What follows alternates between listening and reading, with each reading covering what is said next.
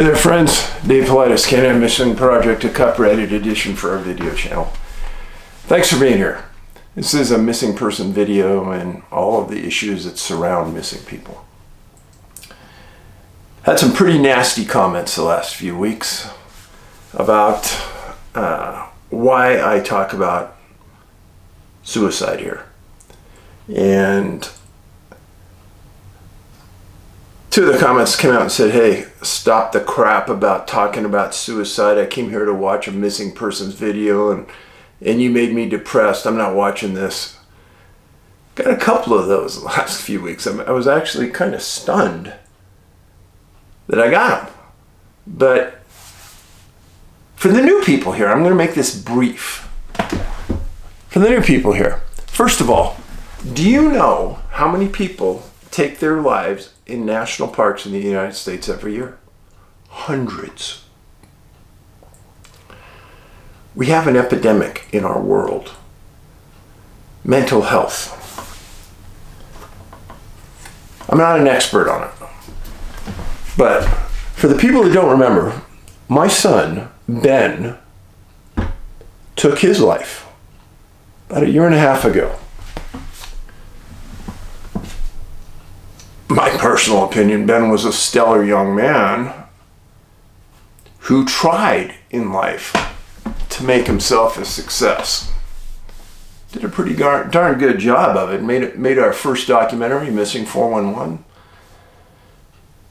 Was a Division I hockey player for the #1 team in the nation, Miami, Ohio, the years he was there.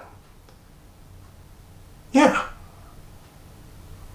I think sometimes we need to talk about mental health. You drive around the streets of any big city in the United States and you look at the homeless population. And if it disturbs you, if it bothers you to look at them, maybe you ought to look at yourself. Because the vast majority of those homeless people also have mental illness. Now, it is National Mental Health or National Suicide Awareness Month. And there's one thing I can accomplish with this video is to let all of the people out there know that have mental illness, that are depressed, that are upset. Remember something. The people that I have in this village right here that are watching are all really good people. Post something here. Tell them your feelings and you look at the response. We can all be better people. And you may be in the best position in life you've ever been in. But friends, there's tens of thousands of people out there that are in the worst position of life. We need to be humble. We need to be respectful. We need to be caring about those individuals. Because you know what? There's a good chance that somebody very close to you or somebody in your family is suffering from mental illness right now. And you have no idea. You have none. It could be the most happiest, upbeat person you know, and that could be the one. There is a national number that you can dial, 988, and you can get a counselor on the phone immediately. You can also text 741-741. 6 numbers. 741-741. You can text it for a crisis counselor 24/7. That brings me into my next one, and this one just bugged the bum out of me. I mean, I'm really pissed about this one. American Military News, August 19th, 2022.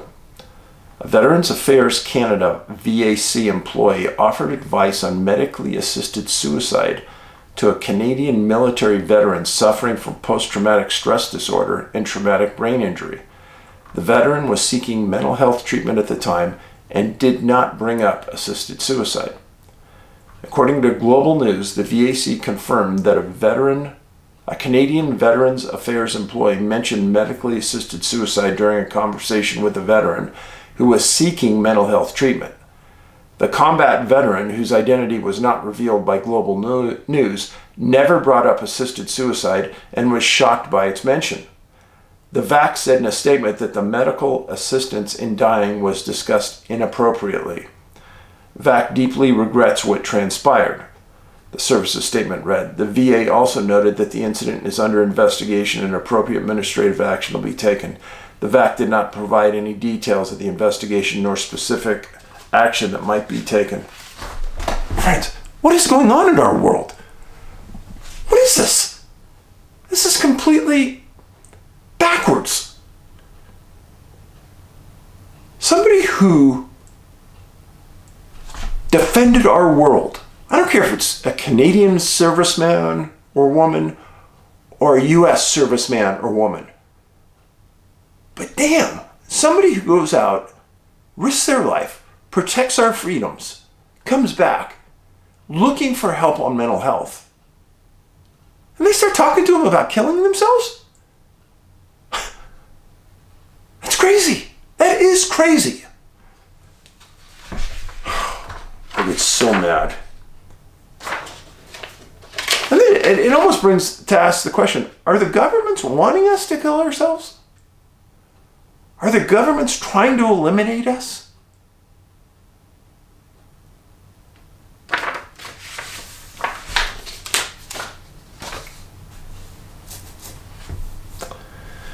People know I have the first 3 books I ever wrote were on Bigfoot. And it's a topic that is near and dear to my heart for many reasons. I don't talk about it a lot, but I'll probably start talking about it more for a multitude of reasons. One of the people I went to when I first wanted to learn is I vetted many, many researchers. And I don't really care what anybody says about this man, because I know firsthand. We just started carrying this book of Scott's. And Scott is one of the most humble, highly religious, ethical men I've ever met. I have spent countless hours in the woods with him researching. By the way, the name of the book is The Nephilim Among Us. You can find it in our store. And he included pictures that he took on back trail cams. And Scott's the guy that initiated this. What he did was when we were walking down a trail in the woods, he put a camera maybe about this big, just sitting on a rock, looking behind us. We're walking one direction, camera's looking the other, picking up what was trailing us. Brilliant move. Brilliant. And he caught some pictures that'll just blow your mind. I'm not at liberty to show them because it'd be a copyright violation, but Scott put them in the books and they are well worth the read. Scott was also one of the guys that I worked with closely on getting DNA for our DNA study. He was one of the people that I worked with in bringing Survivor Man, Les Stroud, up into the woods in Tennessee, where Les did a show there on Bigfoot. Can't say enough good things about Scott.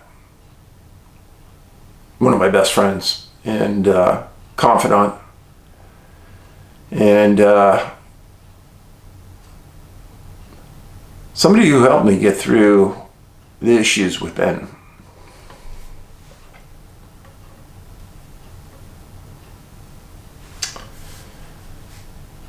So let's get into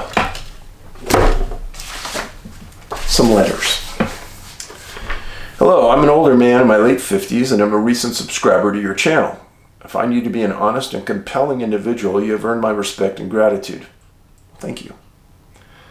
I come from a working class background and have worked all my life. Been through some rough times and nearly floundered a time or two, but I found and I had my moments. I was chief of my Sea Cadets Corps and a commissioned instructor for a time. Those were good years. Now I'm looking after my sister who has MS and working at a local factory. I have a good life and cannot complain. I get outdoors a lot and kayaking is one of my passions. I rarely go alone and think of you often when I'm out there. Thank you for what you do. I'm writing to tell you about an orb encounter I had back in the fall of '93. I was 28 back then and driving through the Rawdon Hills, R-A-W-D-O-N Hills in Nova Scotia, Canada. I was driving home to visit with family and friends. It was about 9:30 p.m. There was a heavy overcast, so it was quite dark with a few scattered farmhouses. As I came around a bend, I saw on the right side of my car about a mile away a bright red light hovering above the trees. It was an odd color. It looked so odd to me that I pulled over to get out and look at it. I thought it must be a helicopter because it was flashing white strobe underneath it. I'm an aviation enthusiast and I'm always looking up so I know how aircraft look and sound. I could not see any shape. This object has 2 hand spans above tree line and looked to be about the size of a minivan. It was hard to judge its size at the distance. Dave, this thing was odd. I turned off my engine and tried to hear a noise. At this point I still thought it was a helicopter, perhaps a bird from CFB Greenwood. The wind made it hard to hear anything. The orb kept hovering with the strobe flashing, and I watched it for a few minutes. I began to realize it was not an anti-collision light, nor was it a searchlight. It was just a big red orb with a white strobe underneath it. At this point, I knew it was a bit out of the ordinary. I had never seen anything like it before. I wanted to know what it was, so I turned on my 4-way flashers to attract its attention. Dumb, perhaps. But a few seconds after I did this, the orb began to move.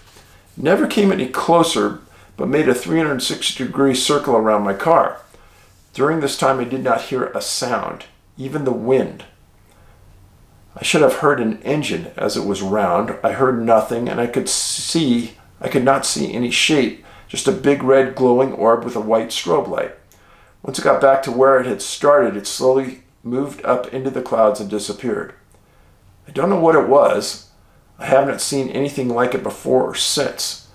I wanted to share the story. I've not told many people about it here or in the village where I feel at home. Well, thanks for sharing.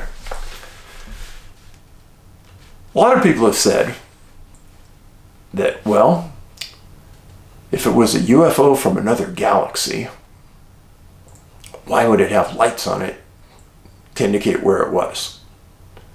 Presumably, all of the craft that are that far advanced would have the ability to see each other without having lights. And the lights are really navigational aids for here on Earth of earthbound craft by our military. Seems logical, doesn't it? I don't know. I'm just saying. Next letter. Hey Dave, I'm just going to get to the point. I always love it when people say, I just want to get to the point. As I realize you're short on time. Well, I'm always short on time. We live in a small town in the thumb of Michigan. We moved into this house toward the end of 2018. Recently, we've noticed things have begun to get a little strange around here. We've been seeing this unexplained light in the sky. I first noticed it on our Ring camera. At first I thought it had to be the moon. However, it moved out of frame far too quickly. Within a minute or two, so I began going outside to see if I could see what it was. We have seen it multiple times.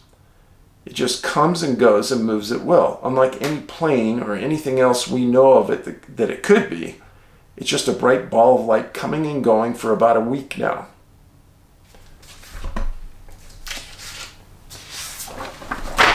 Kind person sent us a picture. You're going to see it. Now, this isn't the best, but it's not the worst. These are squares of concrete on the ground. There's a tree out here. I have no idea what this is, but on another picture, they circled this up here on the right as being the orb that it was being seen. I've seen a lot of these things. Now, I'm going to read more about what she said, but that's what it was. Now, things with this light in the sky have become even more strange. This morning, I was awoken by a ring motion notification, not alarming at first. Bugs typically set it off through the night, crawling over it, etc. Happens often. But what I seen, I was certainly not expecting. I have a series of lights moving about the driveway, going to and from our house, moving erratically. Also noticed that the ball of light we have been seeing for the last week was off in the distance as well. Not steadily, but I would catch it. The most disturbing part of the video is where the light or entity begins emitting its own light like a flashlight that begins to move toward my house, going over our door and windows before going up and over my roof and disappearing from the screen. I have chills just recounting this. We live in a very rural area of Michigan. We have never had anything like this happen before, and I can tell my husband is struggling to make sense of it. He does not believe in the supernatural. However, I can see how this is changing him. My father is a Native American and has recommended that I sage the inside of my house and our home, and he made me a sage smudge stick. I did sage today and will continue to do so. Sage is something that grows in the outdoors, and many people believe that you light the sage and you take the smoke and you walk it through the house, you walk it around the perimeter of your house, and it gets rid of all the evil spirits. I've also had an episode of Missing Time since this began. I have no idea what it means for me. I just thought I would mention it since it happened after we began seeing the light in the sky. I went outside to see if I could find the light after noticing it was on the camera. I walked to the field to find the light. On the way over there, I noticed everything around me grew still and quiet, not a sound around me. And I realized that was my warning, but I thought nothing of it at the time. Friends, you've watched the show long enough. That was your warning. Turn around and go back where you came from. Which I think is strange now considering I watch all your videos. Watch and learn. I felt compelled to see it. I couldn't stop walking over to the field. It was a strange feeling and my thoughts were jumbled. I was standing there for what felt like minutes, and when I came back from the field, my husband questioned where I'd been. Out in the field, I was just looking at something, I said. He stood there stunned and almost in disbelief. He said, Veronica, you've been gone for 4 hours. I couldn't believe it, but the look in his face told me this is no joke. I mean, it felt like minutes. I remember seeing it, watching it move about, and turning around and head home. How is that even possible? Yeah, missing time 4 hours? That would concern me. Are my clothes on right? Are they on backwards? Do I even have my own clothes on? I was extremely exhausted. I felt like I had walked miles. I remember telling him I had a headache and I went to lay down. I slept most of that day. I still don't know what to make of it. If it hadn't happened to me, I don't think I could believe it. I haven't told anyone else about this episode out of fear of someone making jokes about it. Something else odd I noticed about one of those still shots is that this light in the sky, or whatever it is leaving some kind of glare on our driveway. And I don't understand how that's even possible. It was a moving light in the sky that I originally thought was the moon. Does it have a spotlight? None of this makes any sense. But hey, here we are, left with the evidence of it. We have no lights outside that it could be. Our home is surrounded by fields. These lights defy any logic. There's nothing on or around our home that could produce such lights. I hope you find the time to check them out. We haven't had any more incidents since this one, and I don't even notice the light in the sky anymore. Was it looking for something? Did it get something it needed? We're left to wonder. Did it get something it needed? Maybe it had you for 4 hours to examine. Who knows? One more thing I'd like to say before I go off topic about your books.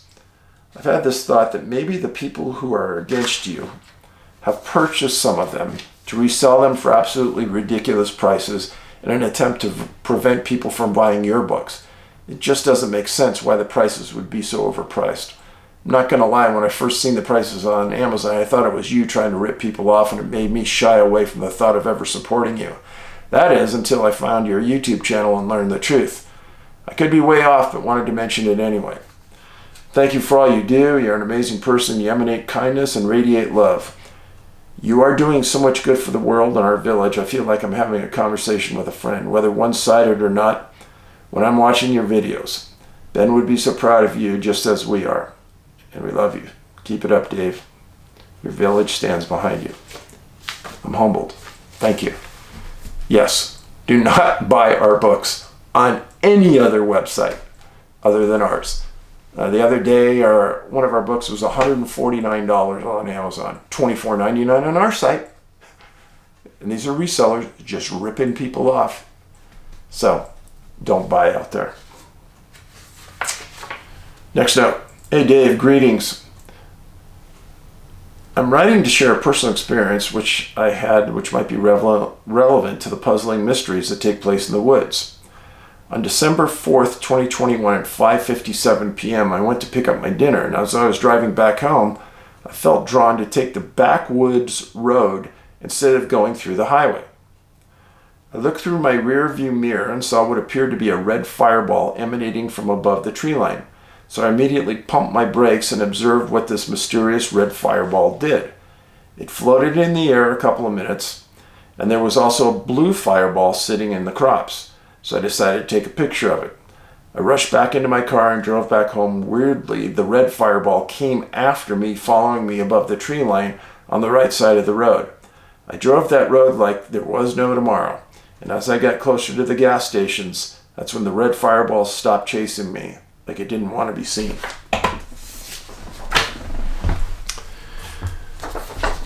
So this is the photo that was sent. I'll let you get a closer look at it. This is the red, this is the blue. Can you see it?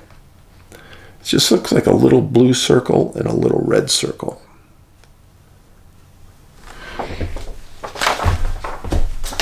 Thanks for sending the pics.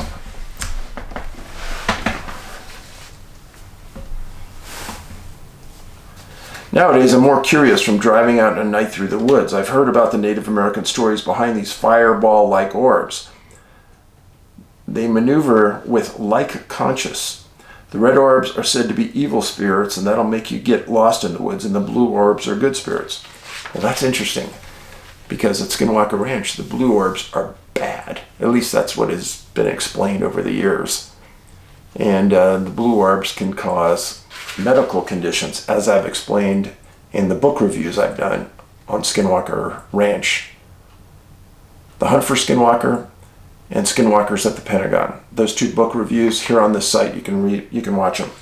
Just like you said, I can now understand why so many people talk about orbs, Bigfoot, werewolves, encounters. These paranormal entities live out in our woods. Thank you for your time. Well, thank you for the picture and the story. I appreciate it. Dear Mr. Paulides, wish to start this email by saying how grateful I am to yourself for the work you've done on Missing 411 and the effort in keeping the conversation open and honest on mental health. It's not so easy. These people that write these very pointed comments, I don't understand it. If you don't have something nice to say, my mom would always say, keep it to yourself. And that's what I would say to the people who want to write something negative. I'm going to keep talking about mental health. And why am I going to keep talking about it? Because I've had a lot of people tell me it's helped them.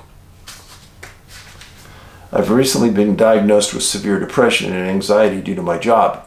It's wonderful to hear from someone who understands some of what goes on with mental health. From the bottom of my heart, thank you for helping to remove the stigma of this issue and keeping it present in your YouTube videos. I'm sorry for your loss of Ben. The reason I'm writing is to share a bizarre and weird event that happened to me about 6 or 7 years ago. I live in Scotland and work in retail, and one bright sunny day during the week, I had managed to get an enviable 8 a.m. to 1 p.m. overtime shift. I finish on time and go to my usual bus stop to get my bus home, about a 30-minute ride.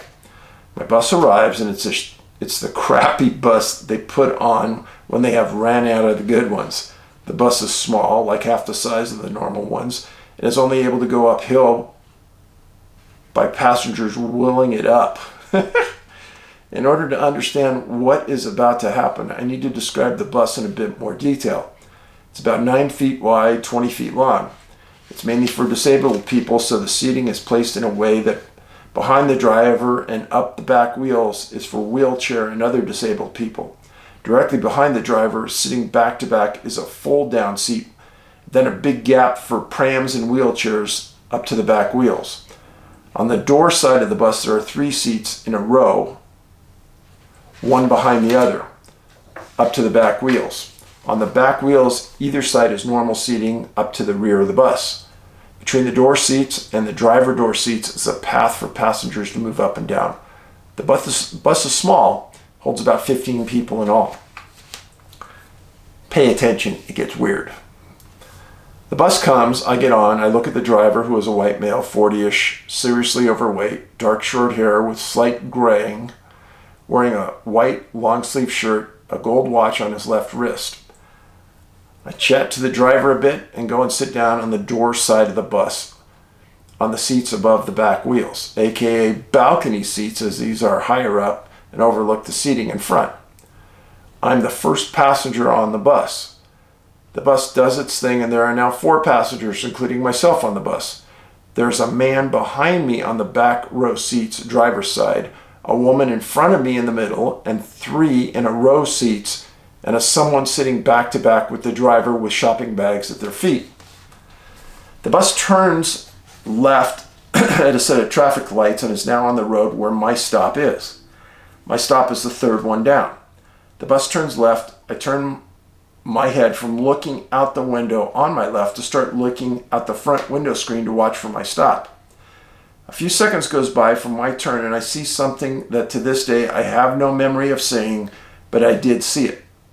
Something changed with the person sitting behind the driver. Something changed drastically. And at the exact moment of the change, I turned my head like some sort of program response. I turned my head back to look out my window and thought, that's weird, but kept my head turned away and looking out the window. At this moment, I know I have seen something weird and am having a serious conversation with myself about seeing something and trying to turn my head, but my head doesn't move. It's like half of me is shouting and the other half isn't understanding what I'm saying and won't do what I asked. Never have I experienced this before or after, and this happened way before any mental health issues. After a few moments, I turned back and the passenger behind the driver was different. I don't know what was different. I don't know if they are a man or a woman, or if the bags had changed or what, but something had drastically changed, and I can't tell you what. At this point, my stop came up, and I got up to get off. Standing at the door, waiting for the bus to stop, I did examine the passenger. As far as I can say, there was what seemed like a human being sitting there, but other than that, I couldn't tell you. When the bus stopped and moved to step off, I turned to thank the driver, and the driver was totally different. Now the driver was a white 30-ish female with long blonde hair, heavy makeup, long talon-shaped fake nails, short-sleeved white shirt showing her fake tanned arms, a blue lanyard around her neck, and a silver charm bracelet. Stunned, I stood on the pavement watching the bus drive off in utter confusion. Did I imagine it? Was the driver always a woman? But they couldn't have been, because I spoke to the driver when I got on. There was a male. When I got off, I said, "Thanks, driver," looking at the driver, and they were a female, with a female voice and vastly different looks.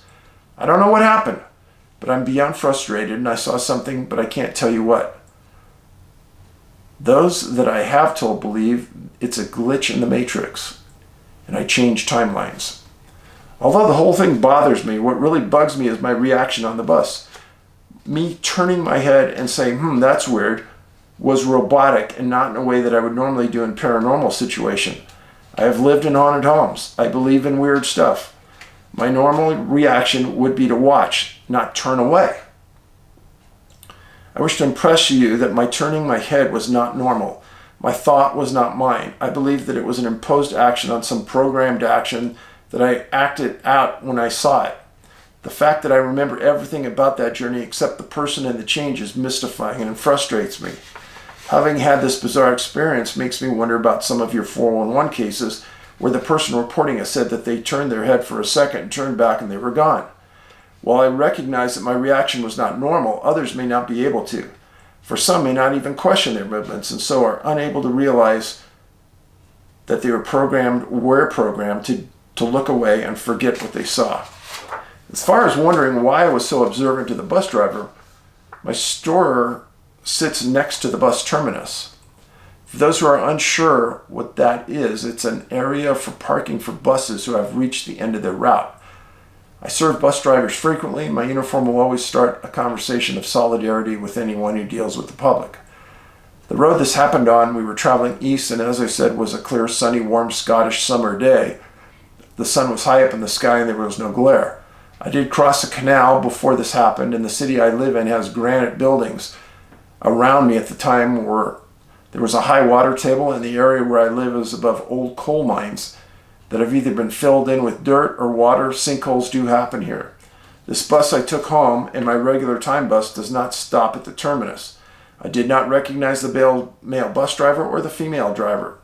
I've never seen either driver since this event, but that would not be considered unusual as I live in a big city, and it's possible that they also may not normally be working this route. As I don't drive public transport, it is my main mode of transportation, and not once anywhere else in the city have I experienced anything similar. My role in retail has trained me to be observant of my surroundings and especially the people around me. I am disturbed by this fact, and I cannot describe to you the person sitting behind the driver. That area encompassing the driver and the person behind them was affected by something, and my brain failed to recognize or deleted the knowledge of the event. This is something I do not remember. When I got off the bus, I recognized my surroundings throughout the journey as well. I made sure to especially pay attention to everything in the hope of seeing any proof that I am in a new timeline, but nothing was different. Things in and around my home were still the same. We can only remember what our brains tell us that we experienced. We can only see what our brain tells us is there. The only source of confirmation that this world exists as our real world is our brain. Has the event I experienced changed my world to a new one? That the memories and experiences I have, new ones that didn't exist before the event? Or is my world unchanged and the two people on the bus were the only ones changed? Did my brain get hacked and hijacked to stop me from seeing something important? I appreciate any insight you and your followers may have on this event, as it bothers me that something bad might have happened to the male driver and passenger, and I may be the only person in this timeline to know them.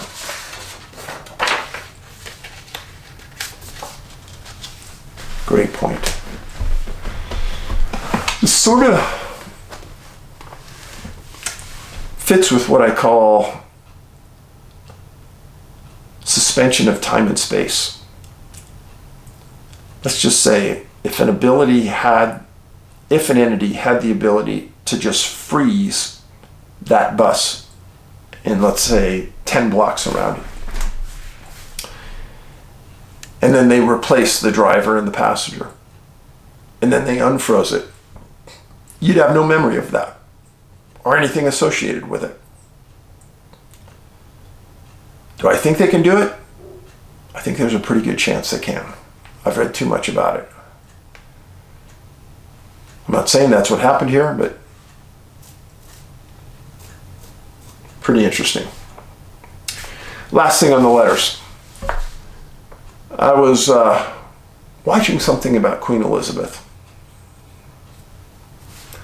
and 30% of the time that the U.S. has existed, she was ruling the UK. Whatever you might think about that woman, she kept herself in the public eye. And there was one quote that I heard her make that hit me hard.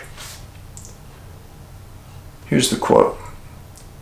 "Grief is the price we pay for love." Wow. Grief is the price we pay for love.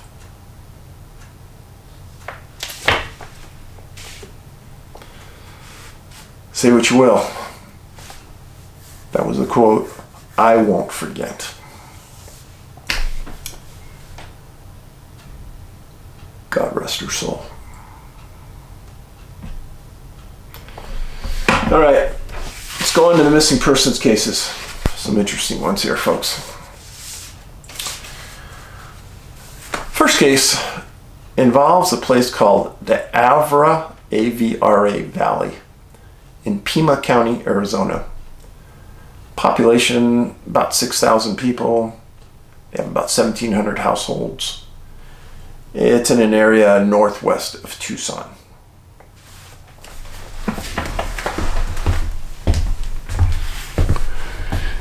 Give it to you here. This is the Avra Valley.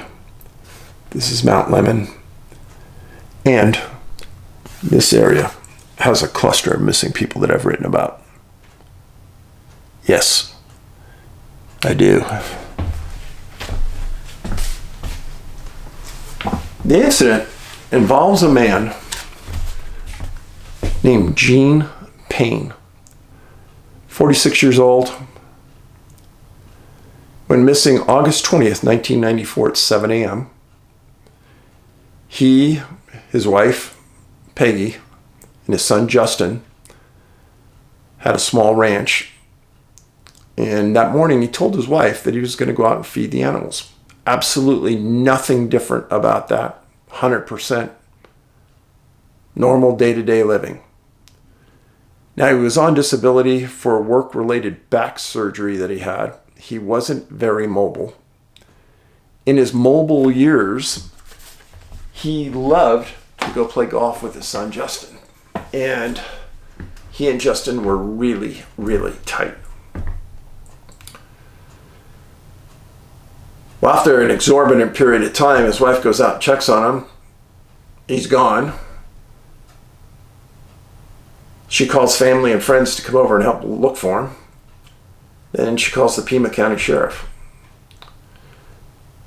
One of the things that she said was there is no way Gene would have left his son, Justin, who's 14, and he had another 24-year-old son from another marriage that he was super tight with. And in fact, later that day, he had plans to go do things with both boys. And she said there's no way he would have missed it. Not a chance. Well, the sheriff responded with 50 reserve deputies, volunteers, multiple canine units. Now, Arizona is one of those places that gets really hot. And in August, it's really hot. So that is a weather issue, and you can't stay out in 105, 110 degree heat long. Well, the sheriff went out, smart thing, and canvassed the neighborhood. And he found that there was no unusual cars anywhere in that area that morning. And there were people out working in their fields, doing their thing, and nobody saw anything unusual. Well, right there, that is unusual. Because how could Gene go anywhere? He was essentially disabled. He didn't move very well. So the morning of August 20th, 1994, there was nothing going on around there. So there was a 10-day search for Gene, and they found nothing. Nothing. January 20th, 1995, an association called the Ropers, which is a bunch of ranchers that get together and do fundraisers for different events, did a fundraising event for the sheriff's deputies who had worked on Gene's case in the hopes that they would do more work on Gene's case. Later articles, years later, said that Gene was never found, and that Justin, his 14-year-old son, who he played golf with before he was hurt, had tried to get a scholarship for college for his golf. I know something about golfers in college. When Ben went to Miami, Ohio, he had a roommate for a while that was on the golf team. And I hung out with the golf guys. Really, really nice young men. Very competitive, great guys. But one thing I learned from being around hockey players and parents and being around golf players and parents, there's one thing that's consistent.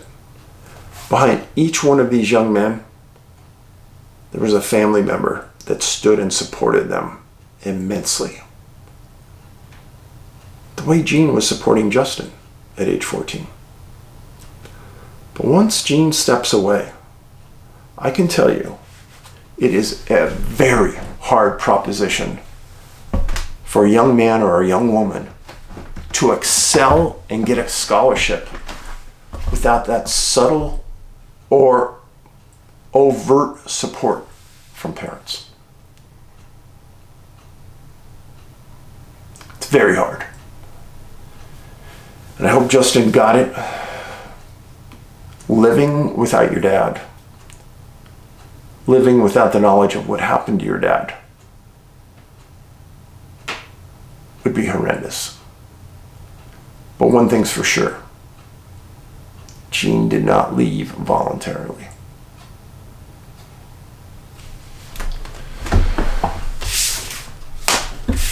On to the next case.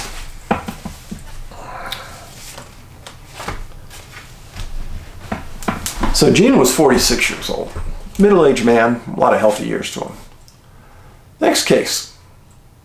It's a different kind of case, but ones I've talked about before. Eva Mitchell, 83 years old, disappeared August 20th, 2004 in the afternoon. So, this is a map, and this is Alberta, Saskatchewan. This is Dawson Creek, Alberta. This is Kelly Lake, Alberta. This is the line that separates the provinces. Lots of water in this area.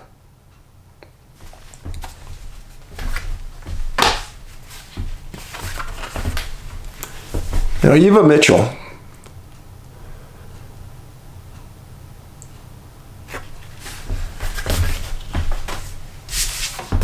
Ding Dong Dave. I'm thinking about another case. I'm going to have to make this clear. This is British Columbia. This is Alberta. Dawson Creek, British Columbia, Alberta.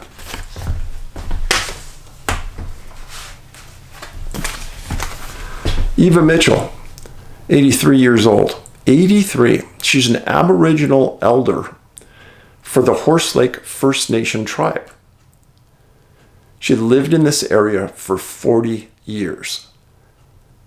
The town, the area was like her backyard. Extremely familiar.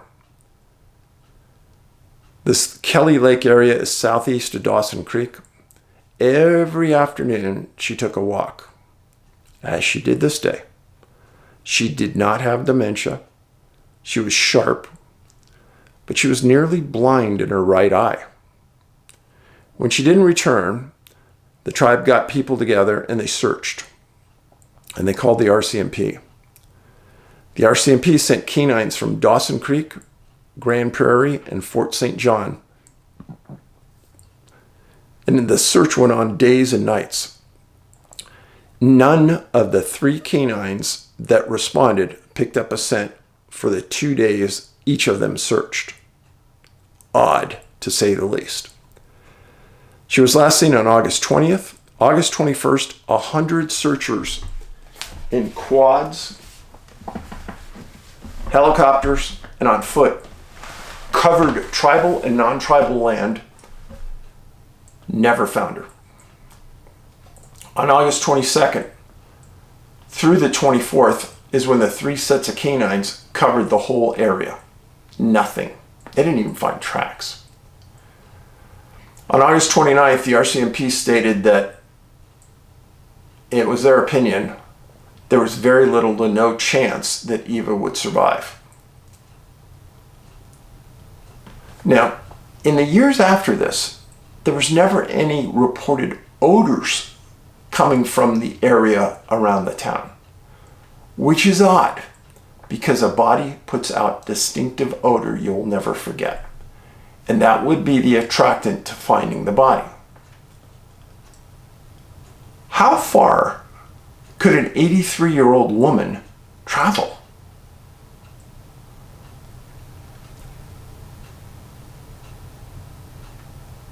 Now, her daughter made a statement to the press that could apply to almost every case I talked to you about. But this is what the daughter said. Nobody just disappears off the face of the earth. End of quotes. Eva was never found. The question comes up, where'd she go? Well, she was known by the community. She'd lived there for 40 years. She knew it like you know your backyard. So she didn't get lost. Chances are she didn't walk off. It's a very tight tribal area. Very unusual case. To have an elder like that disappear under those circumstances. Very weird. Next case. Minnesota. Minnesota, an area I'm going to tell you about, I know very well, because we have talked about this area before. So this is the area of northern Minnesota. This is Leech Lake, which I know very well, and Detroit Lakes, right here. You notice a lot of water, folks. Wake up out there. Water is important. Water is very important to these cases. So, the case involves a young boy named Frank Eidenschink, 3 years old, missing July 1926. July 4th, 1926. His family owned a farm just east of Westbury, Minnesota. And Westbury is that little town right there, just north of Detroit Lakes. So they were out here in this area. Well, during a July 4th barbecue the family had, Frank apparently wandered away. They realized at 4 p.m. nobody could find him. Well, they put out the word to the town, and the American Legion, the police, fire, and citizens all responded immediately, dropped everything on July 4th, and came en masse. 300 people searched for Frank day and night.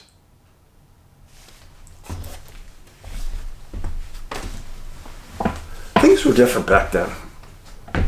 I mean, this is in 1926. You had to help your neighbor. Let me give you an example. I was coming down a dirt road the other day, and a man I know had his tractor stuck in a ditch on the side of the road. I pulled over. I said, "Hey, what can I do for you?" And there was nobody around.